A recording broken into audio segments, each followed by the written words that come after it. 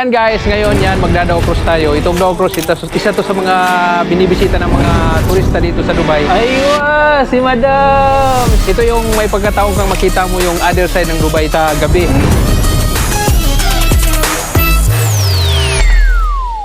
So yan guys, ito yung mga kasama natin. So yan, mag-enjoy tayo ngayon. Ito yung loob ng Daw Cross. Look at that.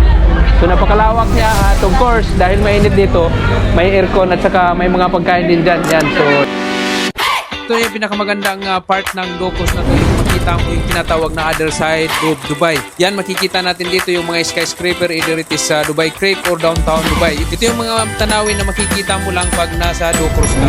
So yan, pag nagda-Daw Cross kayo guys, yan of course kasama yung food nun. So binayaran natin. So unlimited food. Mostly mga Middle Eastern yan food. Yan. Ito may, brother, this is what? This is kebab. Chicken kebab, chicken tikka.